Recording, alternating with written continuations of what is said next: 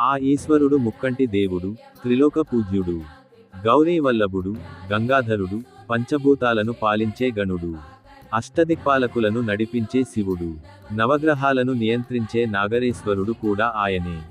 కైలాసవాసుడు, కలియుగ దేవుడు శంకరుడు, మూడో కన్ను మూసుకొని త్రిలోకాలను ఏలుతున్నాడు. మెడలో నాగభూషణం, తలపై నీలవంక మెరిసిపోతుండగా, జటలలో గంగమ్మ జలజలంగా ప్రవహిస్తుంది. నందివాహనంపై ఆసీనుడై, నాలుగు దిక్కులను పాలిస్తున్నాడు పరమేశ్వరుడు.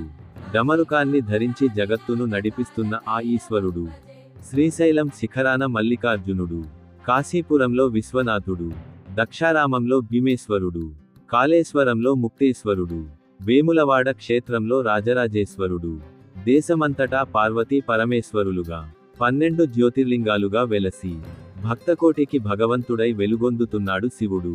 ఓం నమః శివాయ.